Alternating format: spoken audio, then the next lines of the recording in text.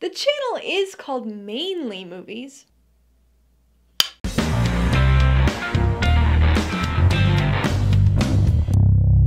Hey everybody, welcome to Mainly Movies. Today I'm going to be doing something a little different from normal. When I started this channel and named it Mainly Movies, that was primarily meant to be a bit of a pun and reference to the fact that I live in Maine. But over the years, I've had quite a few people ask me when I was going to do a video on something besides movies, because the channel is only supposed to be mainly movies. Well, today you're gonna get your wish. For one video at least. As you guys know, I'm pretty big into stats and keeping track of things. For movies, I use a few different sites for this, but my favorite and the most robust is Letterboxd. So I've talked about Letterboxd on here a few times, and I do my annual year in review video that always seems to be relatively popular. But after I made that Letterboxd video this year, it got me thinking, because believe it or not, movies aren't the only thing I like, and they also aren't the only thing I obsessively keep track of. I talk about it a lot in my reviews, so it might not really come as much of a surprise, but my other big interest is music, and I just so happen to use a site that makes it easy for me to give you guys a look at my last year in music. Last.fm. So I know a lot of people are familiar with Letterboxd on the movie side of things, or use Spotify Wrapped for music, but I'm thinking fewer people know what Last.fm is. At least not anymore. It used to be much more popular back in the day. So Last.fm is a website that allows you to keep track of the music you listen to. But rather than having to go in and manually log things like you do on Letterboxd, instead you set up your account so that whatever you listen to automatically gets logged onto your account, or scrobbled as the lingo goes. Back in the day, this was mostly through plugins you had to download, so that music you listen to on iTunes or on your iPod would scrobble. But they make it easy now, and streaming services like Spotify have built-in scrobbling, which makes it really convenient. Like I said, Last.fm used to be a lot more popular back in the day, and had a whole slew of social components to it. Forums, groups, etc., but it's definitely cut back on the social aspect since then. There are still shout boxes where you can comment on people's profiles, or artists, or album or song pages, but the big draw here is the stats, and just the general record keeping. I joined Last.fm when I was 15 years old, so I've been scrobbling for like 55% of my life, which is kind of crazy, but it's also really cool to have 18 years of my music listening data and stats to look at. But for this video, we're just going to focus on my 2022 stats and musical year in review. Alright, so let's dive into these stats. At the top, the last year page gives you an overview of your top artists, albums, and songs of the year. So, my number one artist last year, with 557 scrobbles or listens, was Operation Ivy. So I adore Op Ivy. They've been one of my favorite bands since I was a young teenager. They were only around for like 2 years in the late 80s, but they're a very influential ska punk band, and their members went on to form other great bands like Rancid and Kamen Rider. Second on the list, with 389 scrobbles, is Green Day, a perennial favorite of mine. I don't listen to them nearly as much as I used to in my youth, and I'll admit that I haven't listened to their newest stuff all that much, but I'll always be a Green Day fan. Third is an indie rock favorite of mine, Best Coast. Of my top 5 here, they're my most recent favorite, but that's all relative since I got into these guys back in 2011, so it's still been a while. In fourth place, we've got Joan, Jett, and the Blackhearts. So I love Joan Jett. She's been one of my musical idols since I was a kid, but I actually haven't listened to her albums all that much in the last decade or so. But she got a big boost this year because I finally got to see her in concert back in August. And I always prep ahead of concerts by listening to entire discographies, because I'm a psycho. It was nice though, very nostalgic for me, and reminded me just how much I really do love her music. Rounding out the top 5 is Tijuana Sweetheart, which is another band I've loved since high school. They're an all-woman punk band who changed their name back in like 2009 or 10 from Vagiant. They're a small local Boston band who broke up a decade ago, but some of you might remember them from Guitar Hero 2 with the song FTK, or the first Rock Band game with Seven. Anyway, I still love them after all these years, clearly. Since this view full chart button is too tempting, let's take a quick look beyond my top 5 here. So, first off, it looks like I scrabbled 1,151 different artists this year, which is about 30 fewer than last year, but not too bad. Alright, so let's take a look past my top 5 artists. So, lots of punk here, because that's definitely my thing. The Clash, Distillers, and Squirt Gun are all among my all-time favorites. I also really like the Descendants too, but they got a boost here because I re-listened to their entire discography this year. Then we've got bands like Django Django, Loxley, and Nirvana, who are all non-punk favorites of mine.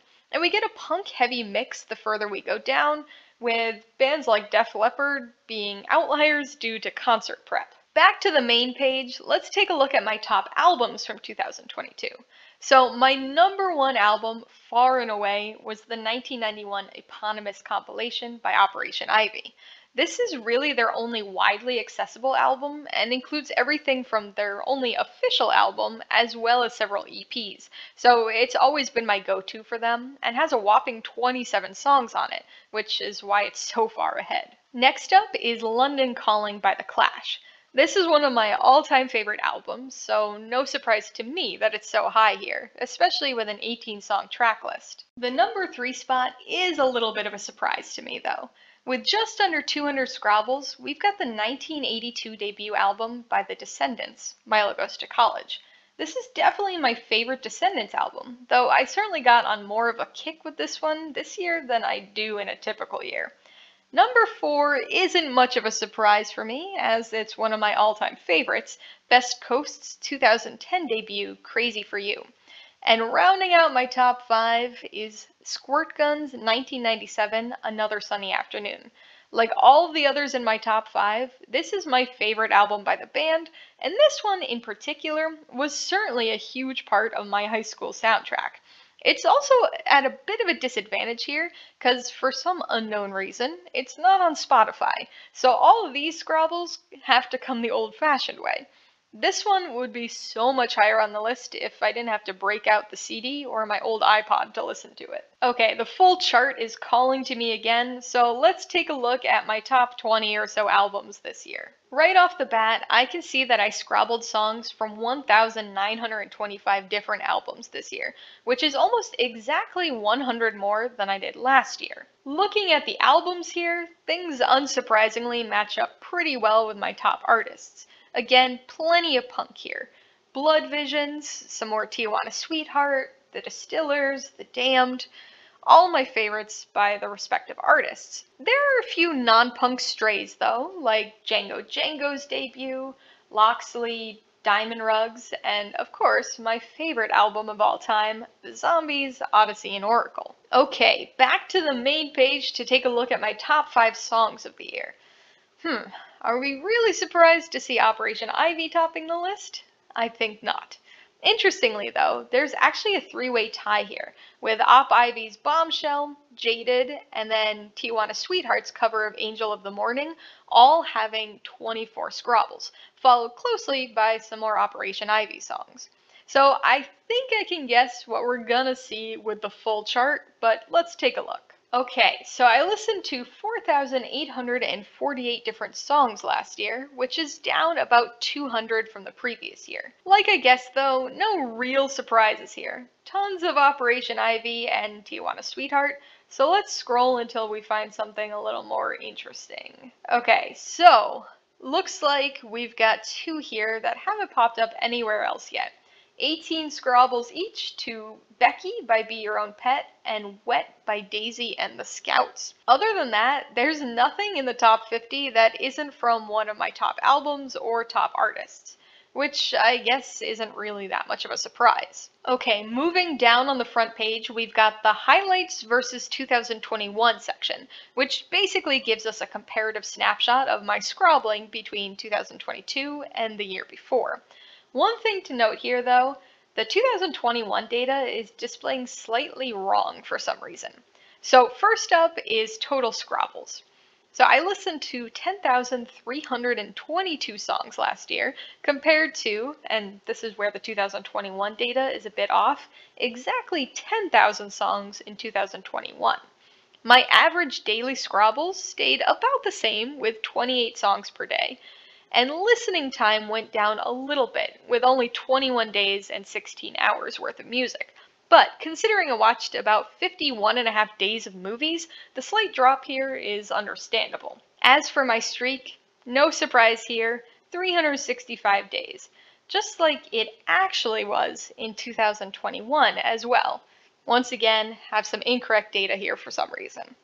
Just like how I watch at least one movie every single day, I also listen to at least one album every day. Moving on, we've got the Scrabble statistics versus 2021 section. So again, there's my total Scrabbles for the year, and apparently I Scrabbled more than 67% of all Last.fm users this past year.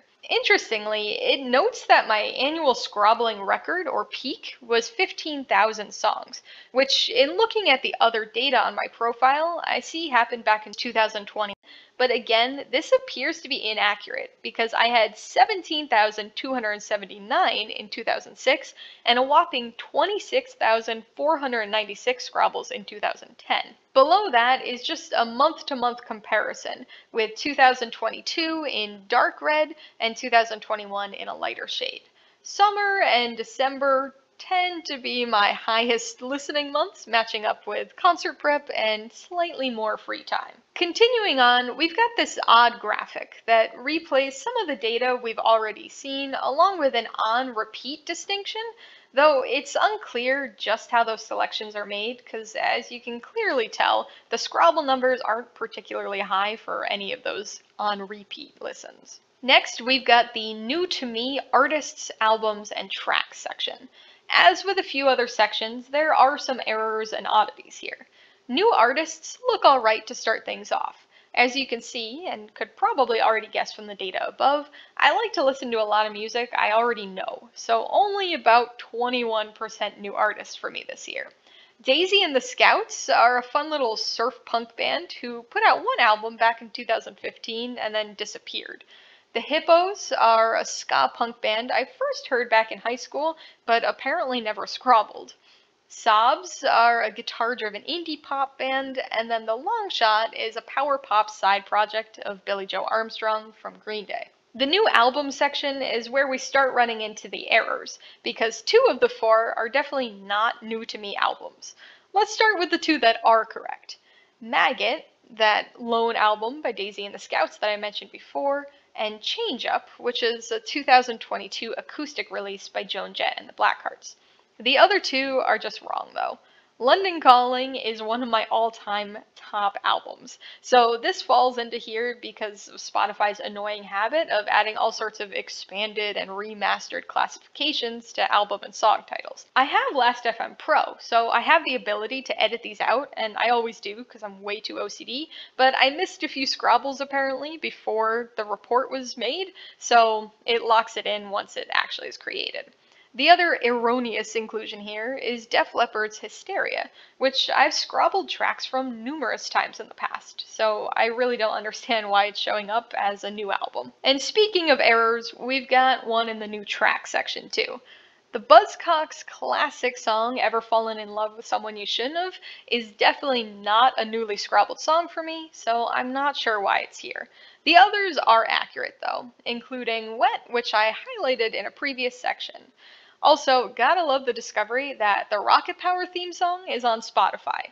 Far from a first-time listen for me, but I have no doubt that this was the first year I actually scrabbled it. The next section is the tag timeline, which admittedly looks a little confusing at first glance, but actually offers some interesting insight into my listening trends throughout the year. Basically, the x-axis is going from January to December, and the y-axis follows a variety of different genres. Some genres pop up right away, like my go-tos of rock, punk, and punk rock, and we can track them throughout the year to see their slight ups and downs throughout the months. Other genres pop up or disappear at various points throughout the year.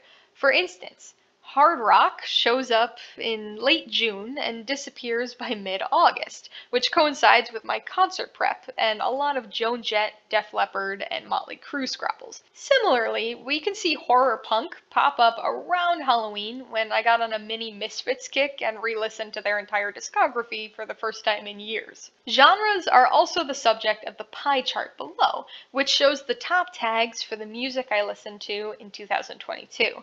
Unsurprisingly, punk rock make up the majority of my music. The next graph is a little bit more unique, and is the listening clock, which outlines the hours in which I scrabbled most throughout the year. Apparently, I did most of my scrabbling in the early afternoon, with another spike around 8 o'clock at night, though this chart also highlights my insomnia too. Moving on, we've got the listening week section, which shows a comparison of scrabbling days between 2022 and 2021.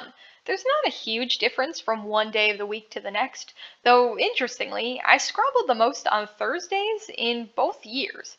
And honestly, I have no idea why that is. Next up is the mainstream score, which basically assesses the average popularity of the music that you listen to, at least among Last.fm users over a certain time period, in this case, the last year.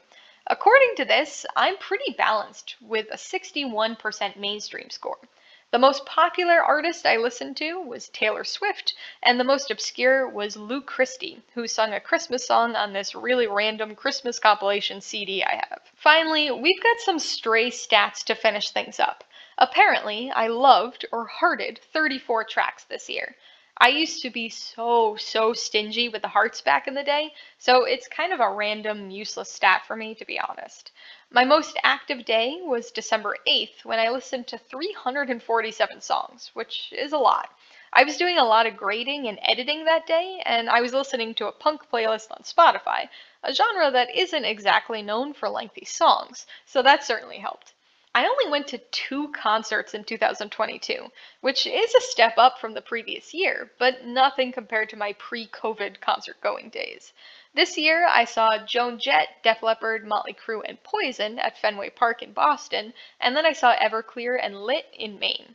And the last stat here is new followers, which was a whopping 3 this year. Considering I haven't used the social aspects of the site in years, and very few people seem to use the site at all anymore, I'd say that's pretty good. Alright, so there you have it, my 2022 Last.fm year in review. I put a link to the stats page in the description below, so be sure to check it out if you want to dive deeper into any of the sections. And of course, don't forget to give me a follow while you're over there, so you can keep tabs on my music listening throughout the year. So, do you have a Last.fm account? Still? What does your 2022 year in review look like? Be sure to let me know in the comments below. YouTube has a tendency to automatically delete or at least hide comments with links, so you're better off just including your Last.fm handle rather than trying to link directly to your profile. Also, what did you think of this foray into music? Any interest in some more music-related content every now and then? Alright, so if you got some enjoyment, insight, or information out of this year in review, I'd appreciate it if you'd hit that like button. And if you haven't done so already, please hit subscribe while you're at it to see more videos like this, as well as movie reviews. Till next time, this has been Alyssa with Mainly Movies, the way life should be.